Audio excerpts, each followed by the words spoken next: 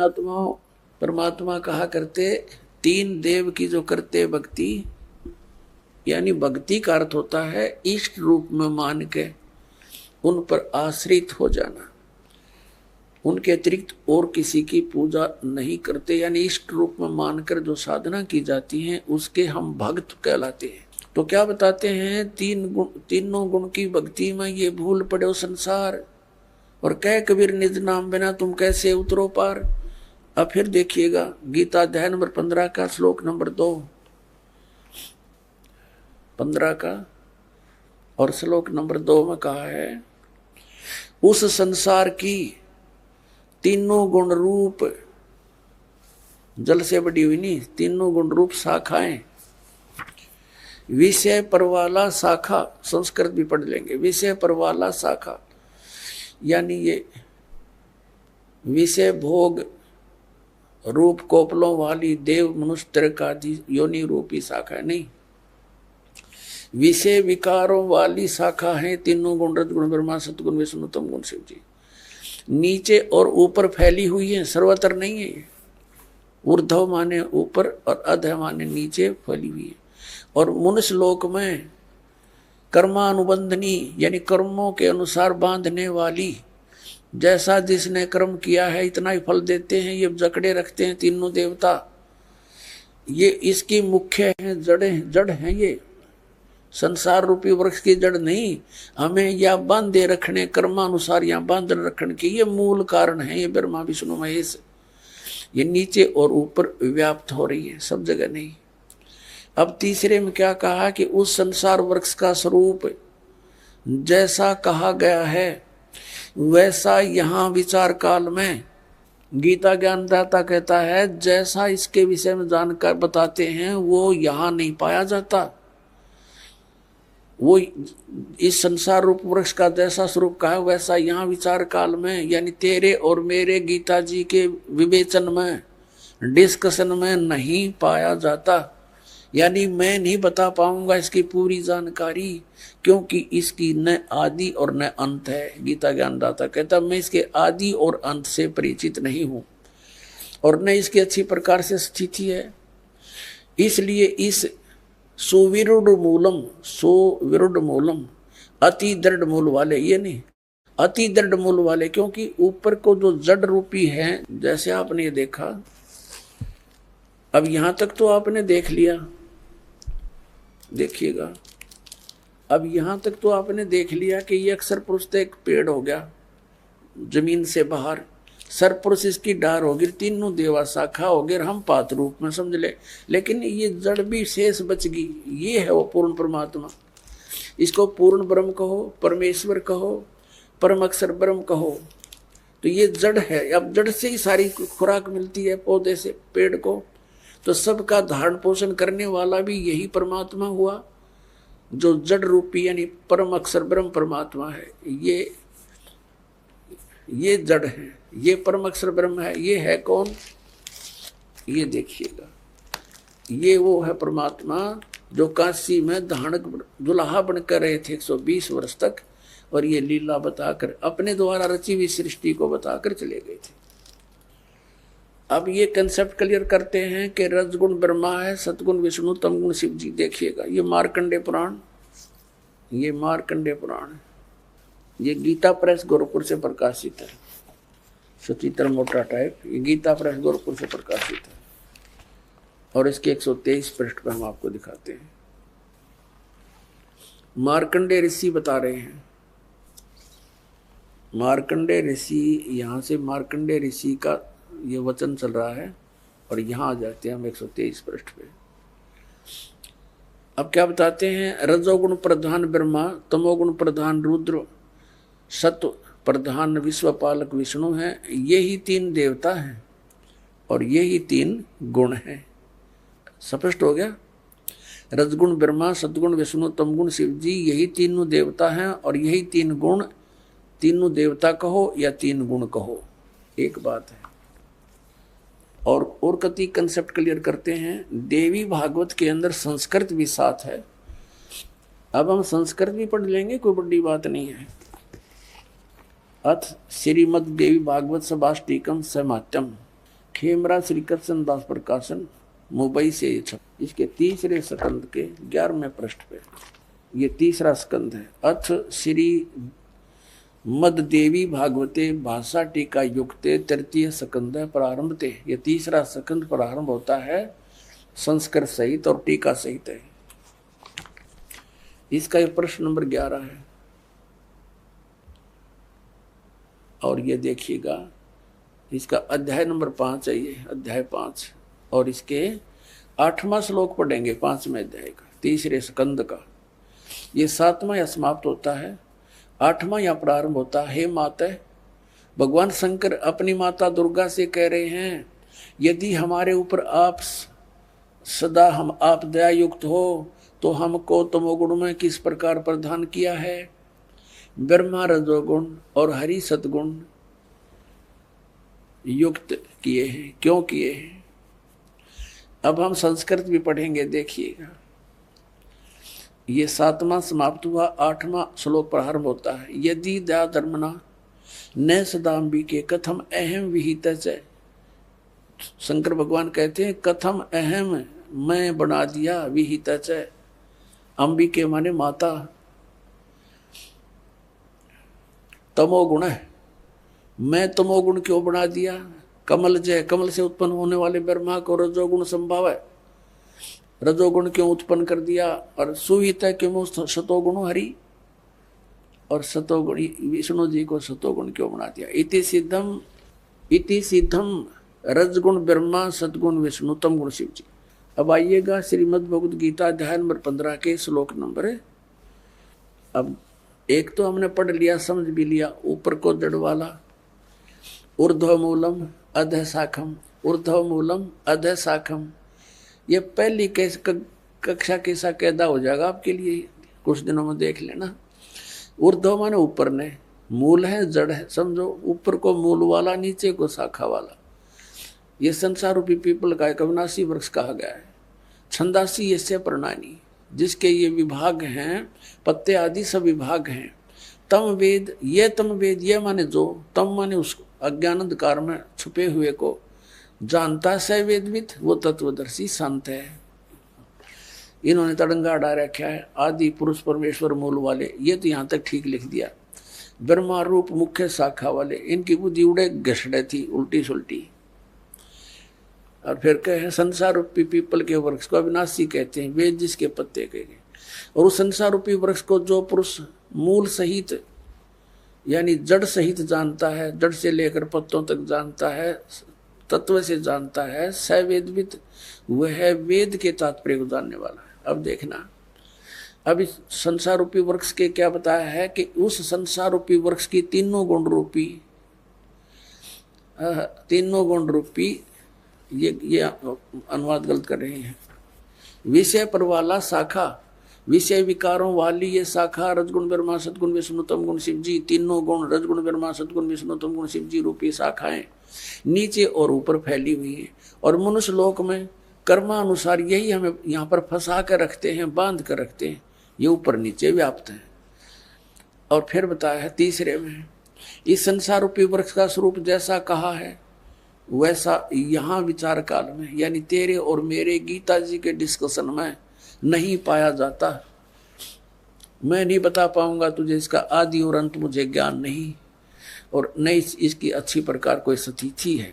इसलिए इस सुविरुद्ध मूलम यानी अति दृढ़ मूल वाले, क्योंकि वो परमात्मा का जो ऊपर का क्षेत्र और भगवान वो तो अविनाशी है, आप अति दृढ़ है। और संसार रूपी पीपल के वृक्ष को दृढ़ इन्होंने क्या कहा, असंख्य शस्त्रेण छितवा। इसका अर्थ बनता है वैराग रूप शस्त्र द्वारा नहीं, तत्व ज्ञान रूपी शस्त्र द्वारा काट कर, यानी उस तत्व ज्ञान रूपी तत्व ज्ञान से समझ कर उसके पश्चात, ये चौथा श्लोक यहाँ अनुवाद है इसका, उसके पश्चात परम पद रूप परमेश्वर को भली भांति खोजना चाहिए, जिसमें गए हुए पुरुष फिर लौटकर संसार में नहीं आते। और जिस परमेश्वर से इस पुरातन संसार वृक्ष की प्रवृत्ति विस्तार को प्राप्त हुई है, उसी आदि पुरुष नारायण के मैं शरण हूं, इस प्रकार दृढ़ निश्चय करके उस परमेश्वर का मनन और निधि ध्यान करना चाहिए। परपदे माने उसकी पूजा करनी चाहिए, निधि ध्यान नहीं। परपदे माने पूजा। अब यहाँ क्या हो गया इसका अर्थ? इसका सीधा सा अर्थ हो गया गीता ज्ञानदाता अपने से अन्य किसी समर्थ परमात्मा की शरण में जाने को कहता है और उसकी पूजा कर और सब बातें त्याग दे, यानी अपनी पूजा को भी मना करता, केवल उसी की पूजा कर जिसने संसार रूपी वृक्ष की रचना की है, जिससे संसार रूपी वृक्ष की प्रवृत्ति विस्तार को प्राप्त हुई है। अपने आत्माओं गीता ज्ञान दाता अपनी स्थिति बताता है अर्जुन, चौथे अध्याय के 5वें और 9वें श्लोक में, दूसरे अध्याय के 12वें श्लोक में, 10वें अध्याय के गीता जी के दूसरे श्लोक में, कि अर्जुन तेरे और मेरे बहुत जन्म हो चुके हैं, तू नहीं जानता मैं जानता। मेरे जन्म और कर्म अलौकिक है। इससे सिद्ध हो गया कि गीता ज्ञान दाता तो स्वयं कह रहा मैं नासवान हूं, तो उस नासवान की भक्ति करके वो उस स्थान को कैसे प्राप्त कर सकता जहां जाने के बाद फिर लौटकर संसार में नहीं आते। तो इससे सिद्ध हो गया कि गीता ज्ञान दाता से कोई अन्य परमात्मा है और उसकी साधना करने से ही ये जन्म और मृत्यु का दीर्घ रोग कटेगा। और जब तक जन्म और मृत्यु का रोग नहीं कटेगा तो हम सुखी नहीं हो सकते। मोक्ष, हमारा मोक्ष नहीं हो सकता। हम यहाँ बंधन में बंधे हुए कर्मों के बंधन से, और सतलोक में जाने के बाद हमारे ऊपर किसी प्रकार का कोई दबाव नहीं। अपनात्माओं जैसे ये अन्य संत बताते हैं कि परमात्मा वहां निराकार है, सतलोक में प्रकाश ही प्रकाश है, फिर हम टींडे लाएंगे उस प्रकाश में, क्या करेंगे जाके भाई? उसमें डूब कर मर जाएंगे। वहाँ कुछ एकादशर फरानों का वो बूंद सी घूमती हैं प्रकाश में, महात्माएं वहाँ मौज मारती हैं। बूंदा ने किए मौज हो बता, उस मछली घूमया कर जल में धके खाती अंडे।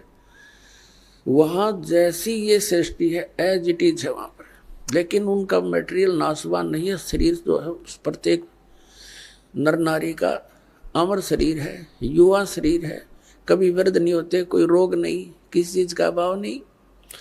अब यहाँ क्या करते हैं हम, जिसके पास थोड़े से पैसे हो जाएं, बच्चों की हो जाएं छुट्टियां, फिर धक्के खान जाएंगे हम शिमला और कुल्लू और मनाली में सैर सपट्टे करने के लिए। और वहाँ कितने दिन रहेंगे? 5-4 दिन के बाद जेब खत्म हो जाए, फिर वापस वहीं आकर के सारा दिन उसी गर्मी में फिर रहना। तो हम इन सैर सपट्टियां वहाँ करा करांगे सतलोक में, कभी ना कोई काम करना, ना मृत्यु होनी, ना बुढ़ा वर्ध अवस्था आनी, ना राग द्वेष कति नाम मात्र का नहीं है। पर अपना आत्मा यहाँ तो ना जाने कितना अच्छा आदमी दिखता और के बिजली डाल दे 1 मिनट में घर के ऊपर, परिवार सदस्य के कोई मुकदमाएं कर दे, कोई और पैसे लेकर ना दे, खेचा तानी लट्ठम लट्ठा मुकदमेबाजी। तो वहाँ ऐसा कुछ नहीं है।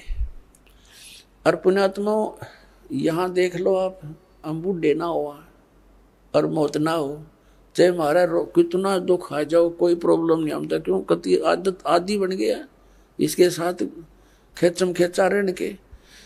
तो वहाँ तो कोई दुख भी नहीं, तो वहाँ की रुचि बनेगी आपकी। अब यहाँ तो डेथ होनी है, यह तो आप पल्ला गांठ मार लो, आप ना समझ में आओ तो भी यह तो होनी है, ये तो अंडरस्टूड है, सबने मालूम है। और फिर यहाँ जिस कोठी और बंगले और पुत्र और पुत्रियों को, इन कारों को आप अपना मान रहे हो, ये आपकी कहाँ है?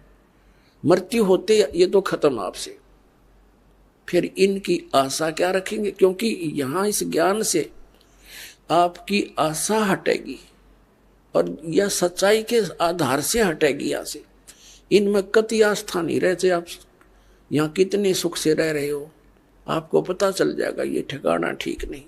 तो फिर हम क्यों ना रुचि, फिर यहाँ से आशा हटेगी तो वहां लगेगी। और जहां आशा तहां वासा हुई, मन कर्म वचन सुमरियो सोई। तो उसमें रुचि बनेगी आपकी। इब कोई कितनी बात बनाता हो वहां लीन हो जावांगे। लीन कौन कौन होना चाहेगा लीन, ये तो कहने की बातें हैं। तो परमात्मा ने आकर के वो ज्ञान दिया और आंखों देखा। उन महापुरुषों ने बताया जिन्होंने परमात्मा को देखा, वहां से वापस आके बताया कि लेकिन उन्होंने ऐसे कोड वर्डों में लिखा है वो जनसाधारण को समझ नहीं सकता। उसके लिए टीचर की आवश्यकता छोड़ गए भगवान कबीर साहब कि गुरु बिन माला फेरते, गुरु बिन देते दान, गुरु बिन दोनों निष्फल हैं चाहे पूछो वेद पुराण। गुरु बिन वेद पढ़े जो प्राणी, समझे न सार रहे अज्ञानी। गुरु बिन काहू न पाया ज्ञाना, जो थो था बुस छड़े मूड किसाना। तो गुरु के को इतना महत्व इसलिए दिया कि वो ऐसे कोड वर्डों में लिख गए परमात्मा कबीर साहब अपनी वाणी को लिखवा गए कि कबीर पंथी नहीं समझ सके, क्योंकि काल ने कहा था कि तेरे नाम से मैं 12 पंथ चलाऊंगा, 12 पंथ करूं मैं साजा, नाम तुम्हारा ले करूं आवाजा। 12 पंथ नाम जो ले ही, हमरे मुख में आन समोई। और अनेक पंथ चलाऊं, या विद जीवों को भरमाऊं। जाओ जोग जीत संसारा, जीव न माने कहा तुम्हारा। जीव तुम्हारा कहा न माने, हमारी ओढ़ हो बाद बखाने। अब ये कबीर पंथी नहीं समझ सके परमात्मा की महिमा को, और कबीर सागर न पढ़ रहे, ये कबीर वाणी पढ़ रहे न, तो पीढ़ी की पीढ़ी चली गई इनकी 600 साल में, और ये कख नहीं समझ सके सतलोक और सतपुरुष के बारे में। इसलिए आदरणीय धर्मदास साहिब जी से परमात्मा ने कहा था, धर्मदास मेरी लाख दुहाई, ये मूल ज्ञान की तरह बाहर ना जाए। मूल ज्ञान बाहर जो पढ़ी, या बिचली पीढ़ी हंस नहीं तरही। तो इसलिए परमात्मा ने इस काल के साथ आंख में चौनी करके, और अब आपको शिक्षित बनाना पड़ा ना। ये विष आपको कतई नहीं खान दो भगवान। चौथा युग बीत गया था, ये विष हमारे निकट नहीं आने दिया है शिक्षा का। इतनी बेईमान बनाती है ये। लेकिन अब काल ने कहा था उनको इतना गिरा दूंगा, नकली पंथ अपने नाम से, तेरे नाम तो कबीर नाम से पंथ चलवा दूंगा हैं। और कबीर कबीर सदगुरु है, कबीर साहब हैं, हम कबीर पंथी हैं, गीत गाया करेंगे। उनके पास मंत्र वो है नहीं जिससे मोक्ष होगा, तो मेरे मुंह में फंसे रहेंगे। उन 12 उन पंथों में जो नाम लेगा वो मेरे ही मुख में रहेगा। अब परमात्मा ने दया करी, पुण्यात्माओं, इस दास को भेज दिया अपना रिप्रेजेंटेटिव बना के, और वो बुद्धि दे दी उस दास को परमात्मा ने। कबीर जी ने अपने द्वारा लिखे हुए उन कोड वर्डों को अब इस दास के द्वारा सार्वजनिक करा रहा आपके सामने। तो पुण्यात्माओं, ये कबीर पंथी नहीं समझ सके, और ये राधा स्वामी धन धन सदगुरु जय गुरुदेव वाले, ये शिवदयाल जी से ही निकले हुए, ये सच्चा सौदा सिरसार जगमाल वाली, ये उसी काल के चलाए हुए पंथों में से एक है। तो अब प्रसंग चल रहा था, परमात्मा ने 600 वर्ष पहले आकर कहा था, और धर्मदास जी को बताया था कि एक बार मेरी इस काल के साथ वार्ता हुई थी। तब उसने कहा था कि कलयुग में ऐसे कर दूंगा इन प्राणियों को, ये भक्ति योग्य नहीं रहेंगे। तो परमात्मा ने आपको पहले शिक्षा दी, उनको मालूम था ये बिगड़ेंगे खूब। हम बिगड़ भी खूब लिए, क्योंकि अच्छी पोस्ट होगी, अच्छी कार कोठी होगी, राम की जरूरत नहीं समझ रहे हम। और कल न गधा बन का कुमार तरह का डायमंड का बोरा जब पता चलेगा, तो वो ज्ञान नहीं हमारे को, वो ज्ञान इस ज्ञान से ही होगा, इस तत्व ज्ञान से होगा। तो पुण्यात्माओं, अब हमने वो मोक्ष प्राप्त करना है, जहां जाने के बाद फिर लौट कर हम कभी संसार में नहीं आते। तो वो कौन है? वो परम अक्षर ब्रह्म है, वो सतपुरुष अमर पुरुष है।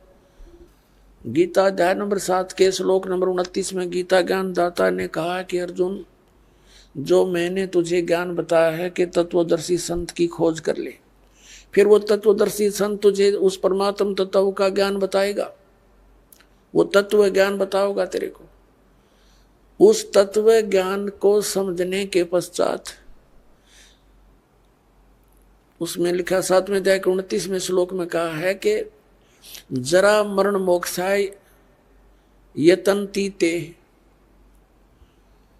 जो माम आश्रित है, यानी मेरे द्वारा दिए गए इस ज्ञान को आश्रय बनाकर तत्वदर्शी संत की खोज कर लेते हैं, और जो केवल यहाँ जरा माने बुढ़ापा, वृद्धावस्था का दुख, मरण माने मृत्यु, जरा और मरण से छूटने के लिए जो प्रयत्न करते हैं और संसार की किसी वस्तु की जो डिमांड नहीं रखते, वे तत् ब्रह्म विदु, ब्रह्म तत्व विदु, और वो उस परमात्मा तत्व ब्रह्म को जानते हैं, और अखिलम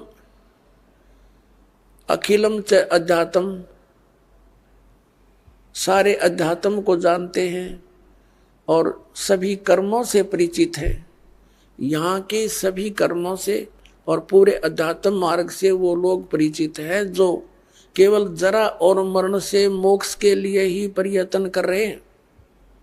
8वें अध्याय के प्रथम श्लोक में गीता ज्ञानदाता से अर्जुन ने पूछा, किम तत्ब्रह्म, जिस तत्ब्रह्म को जानकर प्राणी केवल जरा और मरण से, इस कष्ट से छूटने का प्रयत्न करता है, तो वो तत्ब्रह्म क्या है, कौन है वो भगवान?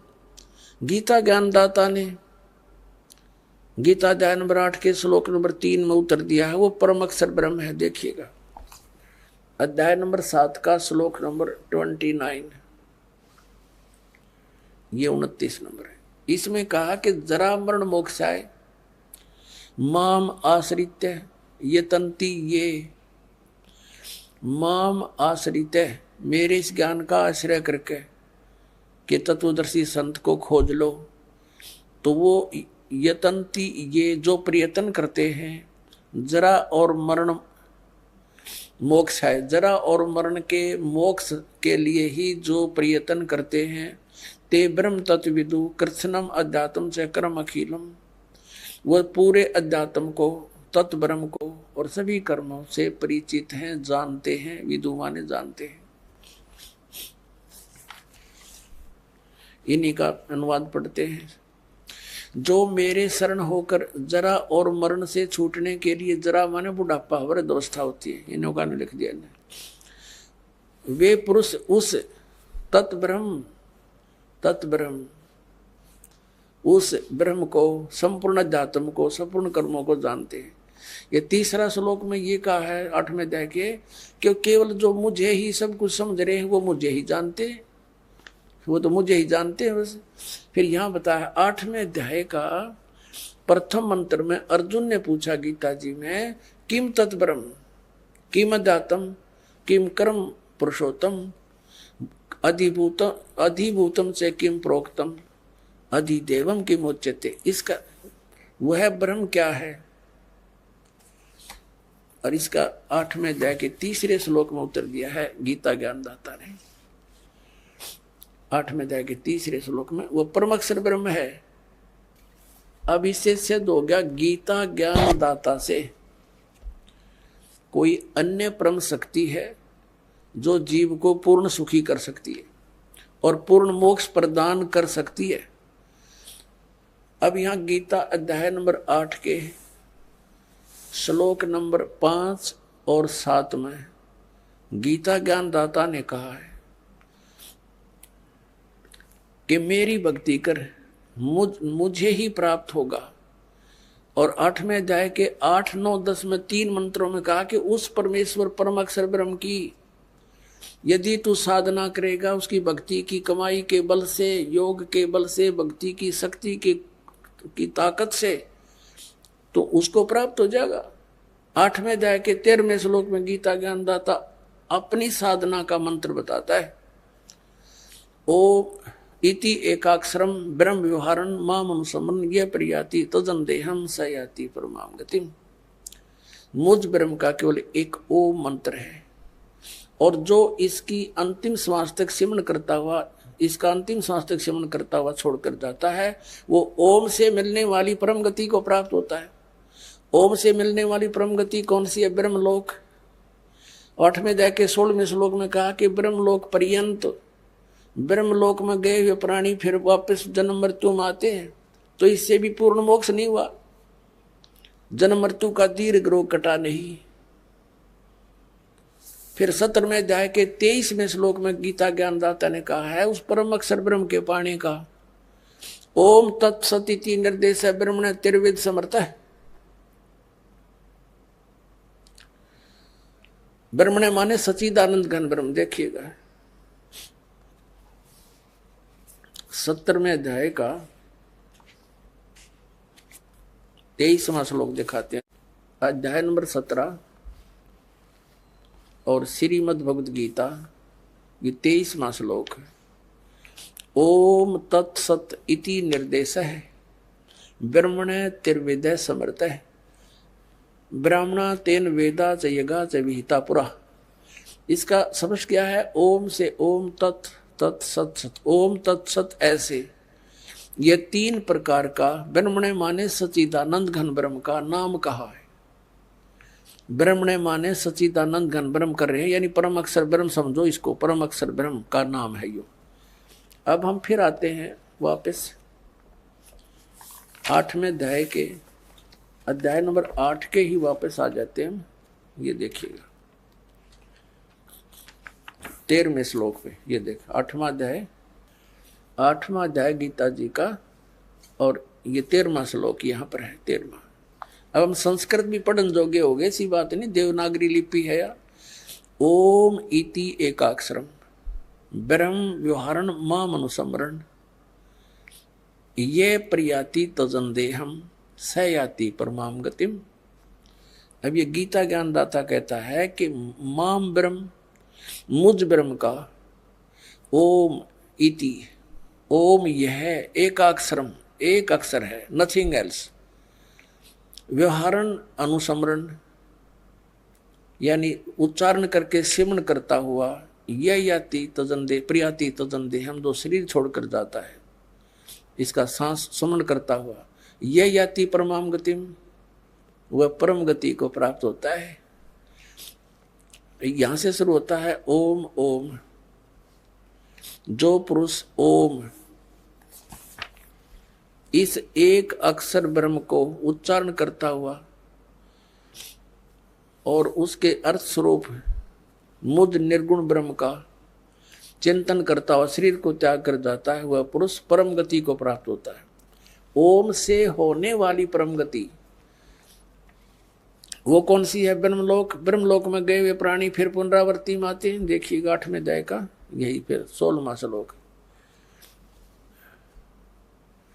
हे अर्जुन, ब्रह्मलोक पर्यंत सब लोग पुनरावृत्ति में हैं। ये स्टार लगा के इन्होंने यह विश्लेषण भी किया है, अर्थात जिनको प्राप्त होकर पीछे संसार में आना पड़े, वहां जाकर भी फिर वापस संसार में आना पड़े, ऐसे पुनरावृत्ति बोलते हैं इसको। पुनरावृत्ति, इसका विश्लेषण किया, पुनरावृत्ति का अर्थ डिफाइन किया इन्होंने। तो इससे सिद्ध हो गया कि ब्रह्मलोक में गए हुए प्राणी भी वापस आते हैं ओम नाम का जाप करने वाले। आगे गए ना बावड़े रहते भी सब जाही, बिन साहेब की बंदगी कहीं छोड़ ठिकाना नहीं। अब 8वें अध्याय का 5 और 7 और 8, 9, 10 मंत्र कंसेप्ट क्लियर कर देगा। देखिएगा 8वें अध्याय का अब हम ये 5वां श्लोक पढ़ेंगे। इसमें गीता ज्ञानदाता कहता है जो पुरुष, जो साधक अंत काल में मुझे ही स्मरण करता हुआ शरीर का त्याग कर जाता है, वह मेरे साक्षात स्वरूप को प्राप्त होता नहीं, वह मद भावम याति, मेरे वाले भाव को प्राप्त होता है, मेरे पर आसक्त हो जाता है। और इसमें कुछ संशय नहीं। 6 में ये बताया है कि जो अंत समय में जिस भी भाव में भावित रहता है, अंत समय में उसी को प्राप्त करता है मृत्यु को प्रांत। 6 में तो एक नियम बताया है, विधान बताया है, जहाँ साता बादशाह हुई, इसका अर्थ ये है। ये कुंती पुत्र अर्जुन अंत काल में जिस जिस भी भाव को समन करता हुआ शरीर का त्याग कर जाता है करता है तो उसको ही प्राप्त होता है। सदा उसी तद भावम भावती, उसी भाव से भावित रहता है, यानी उसी पर आसक्त रहता है, उसी में भावना बनी रहती है उसकी। इसका अर्थ ये है। आगे बताया है, इसलिए सातवें में कहा है कि इसलिए सब समय में निरंतर मेरा स्मरण कर और युद्ध भी कर, अर्पण के मन बुद्धि युक्त होकर निसंदेह मुझे प्राप्त होगा। अब इसमें क्या बताया है कि ये एक नियम है, अंत समय में जिस पर आसक्त, जिसमें आशा रख के शरीर छोड़कर जाता, उसके बाद उसी के पास पहुंच जाता है। अब कहता तू सब मुझे प्राप्त करना, मेरे को प्राप्त करना है तो मेरे में मन वाला हो, मेरी ही साधना कर, युद्ध भी करना पड़ेगा, यहां तो युद्ध करना पड़ेगा मेरी शरण में रहेगा तो। और युद्ध करने वाले को फिर शांति सौंपने में नहीं, इससे सीधा ओम नाम के जाप करने वाले को शांति नाम की चीज नहीं। इसलिए 18वें अध्याय के 62वें श्लोक में कहा कि अर्जुन तू सर्वभाव से उस परमेश्वर की शरण में जा, उस परमेश्वर की कृपा से ही तू परम शांति को और शाश्वत स्थान यानी उसे सनातन परम धाम को प्राप्त होगा। इससे सिद्ध होगा कि गीता ज्ञान दाता कहता है मेरी शरण में रहना तो युद्ध करना पड़ेगा तुझे, अब तू सोच ले। तो जहां युद्ध करना वो शांति नाम की चीज नहीं है। और ये ओम से शांति खोजे नो के ओम शांति, बोली शांति सपने में भी ना हो। अब गीता जी अध्याय नंबर 8 के आपने 5, 6, 7 पढ़ लिए, अब 8, 9, 10 में उस परमाक्षर ब्रह्म की महिमा बताई है। देखिएगा अध्याय नंबर 8 का ये श्रीमद् भगवद गीता, ये 7वां तक पढ़ लिया हमने, अब 8वां पढ़ेंगे। यहाँ इसका अनुवाद है। हे पार्थ, ये नियम नहीं है, ये अपने आप नियम तो उसमें लिखना चाहिए था। परमेश्वर के अभ्यास योग युक्तेन, ये ध्यान पर जोड़ रहेगा टा, ध्यान के अभ्यास रूप योग से युक्त नहीं, नाम से, नाम बता रखा ओम तत्सत। अब जैसे ये परमात्मा के उस लोक को पाना है हमने जहां जाकर सुखी होंगे। परमात्मा तो यहाँ आते रहे हैं, हमें दर्शन भी होते रहे हैं, वो बता कर गए ऐसे साधना करो, इस साधना से इस तरीके से तुम उस स्थान को प्राप्त होगे, जाने के बाद फिर लौट कर नहीं आना। तो उसके लिए मजदूरी है यह साधना हमारी। जैसे हैंडपंप लगाना है, हैंडपंप किस लिए लगाना है? क्योंकि हमने जल, हमारा ईष्ट है, हमने जल चाहिए और जल पृथ्वी में, उसके लिए हैंडपंप लगाने के लिए जो भी हमने इंस्ट्रूमेंट यूज किए हैं, बुक की, पाइप और जितने भी सारा कुछ प्रोसेस जो है उसके पाने का, यह हमारी साधना है, या पूजा नहीं है। पूजा तो हम उसकी जल की कर रहे हैं जिसको पाना है हमने। तो ये मंत्र जो है ओम तो इस ब्रह्म का, और तत् ये अक्षर पुरुष का। अक्षर पुरुष एक पेड़ है, निरंजन वा की डार, तीनों देवा शाखा है, ये पात रूप संसार। और तत् उस अक्षर पुरुष का, और सत ये सार नाम है, आदि नाम है, ये परम अक्षर ब्रह्म की पूजा है, उसके पाने का मंत्र है। यानी इन सब को मिला करके हमने नु सोच ले हैंडपंप लगेगा, सारे प्रोसेस है। जैसे श्वास उस श्वास से सतनाम के 2 अक्षर का जाप करना है, ये तो समझ लो वो की मार रहे हम, और पाइप नीचे कर रहे हैं, पाइप पहुंच गई जल तक। फिर उसके बाद काम शुरू होता है सार नाम का, यानी मशीन समझो, सार नाम सार शब्द है, और उससे जो वस्तु मिलेगी वो हमारा इष्ट है, जल। तो ये गलत बताते हैं। ध्यान दुनिया 3 तड़ंगा डांड तो मतलब था। देखिएगा 8वें अध्याय का, अब हम 8वां श्लोक पढ़ रहे हैं 8वें अध्याय का, ये 8वें का यहाँ अनुवाद है।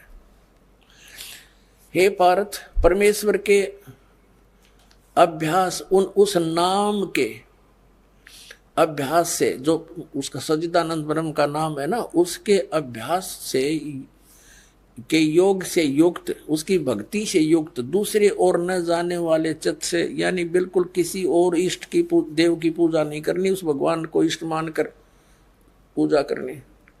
निरंतर चिंतन करता हुआ परम दिव्य पुरुष, परम प्रकाश रूप दिव्य पुरुष को, यानी परमेश्वर को ही प्राप्त होता है। गीता ज्ञान दाता से अन्य को प्राप्त होता है।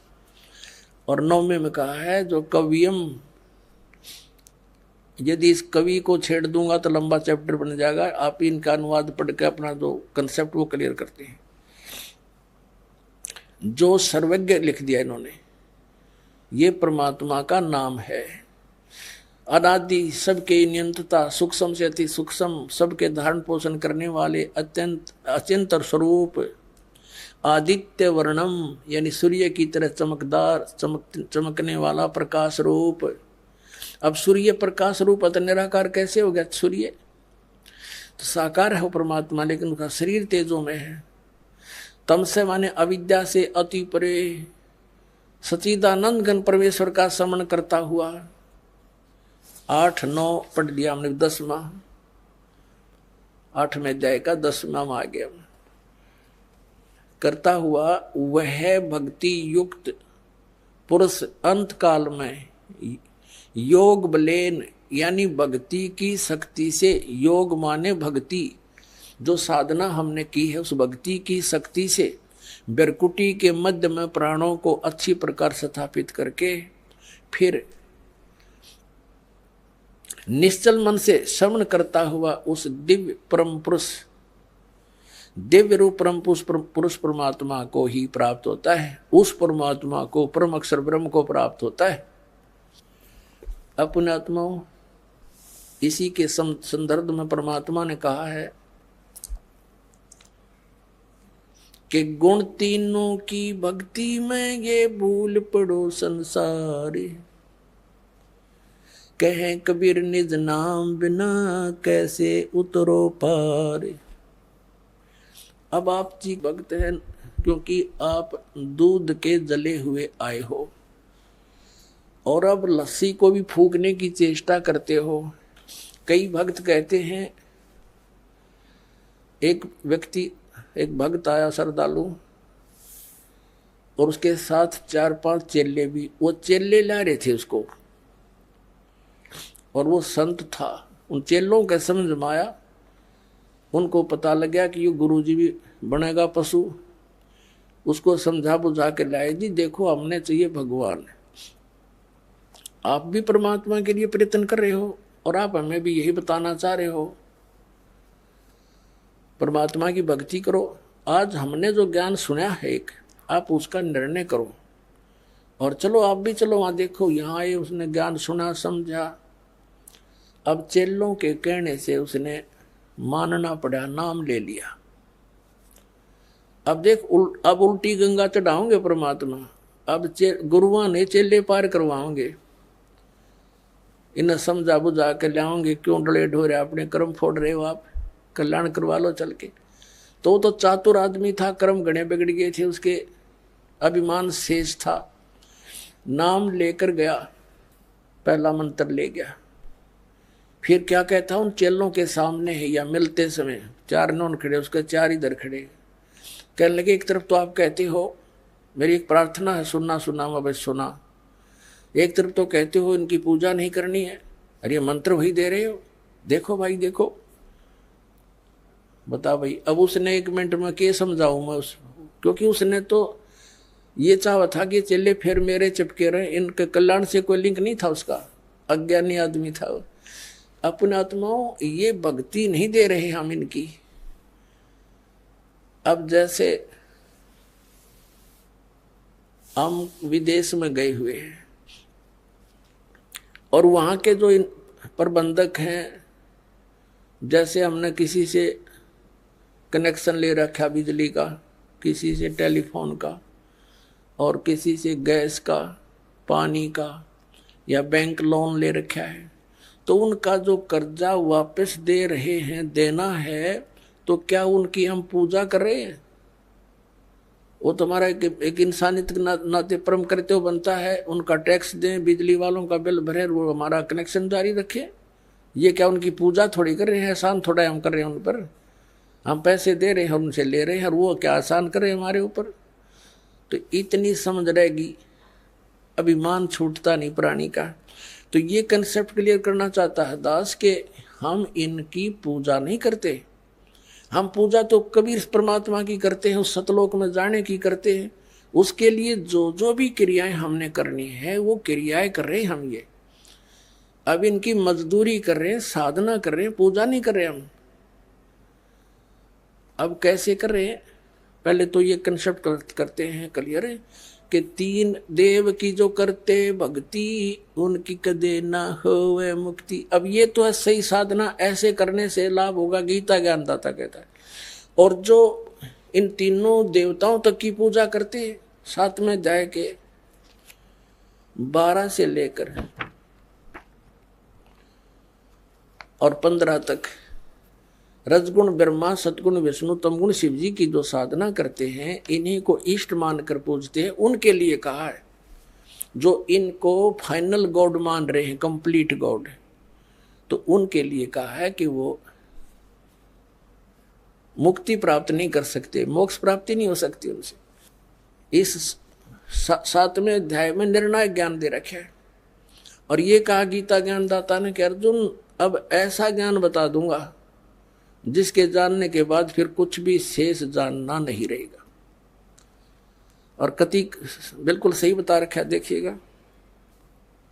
ये 7वां अध्याय है, इसका दूसरा मंत्र देखिएगा। मैं तेरे लिए इस विज्ञान सहित तत्व ज्ञान को पूर्णतः कहूंगा, जिसको जानकर संसार में फिर कुछ भी जानने योग्य शेष नहीं रह जाता। हो गया खत्म। हम इसको थोड़ा सा शॉर्ट में पढ़ेंगे। 7वें अध्याय का हम 12 से शुरू करते हैं। 7वां अध्याय का हम 12 से शुरू करेंगे। ये 12वां श्लोक। अभी और भी जो सतगुण से उत्पन्न होने वाले भाव हैं और रजोगुण से तथा तमोगुण से उत्पन्न होने वाले भाव हैं, उन सब को मुझसे ही होने वाले हैं ऐसा जान, परंतु वास्तव में उनमें मैं और वे मुझ में नहीं है। अब अभी ताजा ये सिद्ध किया आपको कि रजगुण ब्रह्मा है, सतगुण विष्णु, तमगुण शिव जी। तो इन तीनों गुणों से क्या होता है? रजगुण ब्रह्मा से के दबाव से, इसके प्रभाव से, रजोगुण के प्रभाव से हम संतानों उत्पत्ति करते हैं। यहाँ के ठाठ बाट की हमारे अंदर एक जबरदस्त प्रेरणा बनती है, ये रजोगुण के प्रभाव से बनती है। और फिर सतीथी सतोगुण प्रभाव से एक दूसरे में ममता मोह फंस जानी, जबरदस्त जकड़े जाते हैं। और तमोगुण का अपना पता ही है, क्रोधाना, ये भगवान शंकर के विष्णु जी के तमोगुण से है। तो क्या बताया है कि इन तीनों गुणों से जो कुछ भी हो रहा है, सतीथी सृष्टि, सतीथी और संहार, इसका निमित्त मूल कारण तो मैं हूं, लेकिन मैं इनमें नहीं, ये मुझ में नहीं, क्योंकि ये इनसे अलग रहता है, अपने पुत्रों से भी गुप्त रहता है। ये काल के पुत्र हैं, रजगुण ब्रह्मा, सतगुण विष्णु, तमगुण शिव जी। तो ये क्या बता रहा है आगे देखिएगा। 7वें अध्याय का 13वां श्लोक पढ़ेंगे। 12वां हमने पढ़ लिया। गुणों के कार्य रूप सात्विक, राजस, तामस, इन तीनों प्रकार के भावों से सारा संसार, प्राणी समुदाय मोहित हो रहा है। इन तीनों गुणों से परे मुझ अविनाशी को नहीं जानता। अब इस कितना कह रहा है कि ये तीनों गुणों के, रजगुण ब्रह्मा, सतगुण विष्णु, तमगुण शिव जी से ही जकड़ी हुई इनकी बुद्धि, इनसे ऊपर ब्रह्म मुझे भी ना जानते, इनसे अधिक लाभ मैं दे सकता हूं। आगे देखना 14वें में क्या किया। अध्याय नंबर 7 के श्लोक नंबर हम 14 को पढ़ रहे हैं। क्योंकि यह अलौकिक अति अद्भुत त्रिगुणमयी मेरी माया, रजगुण ब्रह्मा, सतगुण विष्णु, तमगुण शिव जी के द्वारा फैलाया गया जाल बड़ी दुस्तर है, यानी बड़ी खतरनाक है। परंतु जो पुरुष केवल मुझको निरंतर भजते हैं, वे इस माया का उल्लंघन कर जाते हैं, अर्थात इससे ऊपर उठ जाते हैं, जो ब्रह्म साधना करते हैं। अब 15वें में कहा है, इस माया के द्वारा जिनका ज्ञान राज जा चुका है, रजगुण ब्रह्मा, सतगुण विष्णु, तमगुण शिव जी तक जो सीमित है, तमगुण शिव जी तक जो सीमित है, इन्हीं को इष्ट मानकर पूजते हैं, इनसे आगे किसी की सुनने को तैयार नहीं, और किसी की बात को नहीं सुनते। ये देखिए, वे असुर स्वभाव को, राक्षस स्वभाव को धारण किए वे मनुष्यों में नीच, दूषित कर्म करने वाले मूर्ख मूढ़ लोग मुझको नहीं भजते। और फिर अपने बारे में बताता है, मेरी भक्ति भी 4 प्रकार के करते हैं, चतुर्विधा भजन्ते माम जना सुकृत न अर्जुन, आर्त जिज्ञासु अर्थार्थी ज्ञानी च भरत। गीता ज्ञानदाता ने स्पष्ट कर दिया कि मुझे छोड़कर अन्य देवताओं की, रजगुण ब्रह्मा, सतगुण विष्णु, तमगुण शिव जी की जो पूजा करते हैं और किसी की उन पर वहां तक उनकी बुद्धि हरी जा चुकी है, इनसे आगे कोई सुनते नहीं। जैसे ये आचार्य शंकराचार्य, ये जितने भी पवित्र हिंदू धर्म के गुरु, धर्म गुरु हैं, ये ब्रह्मा विष्णु महेश, ये विष्णु जी, शंकर जी और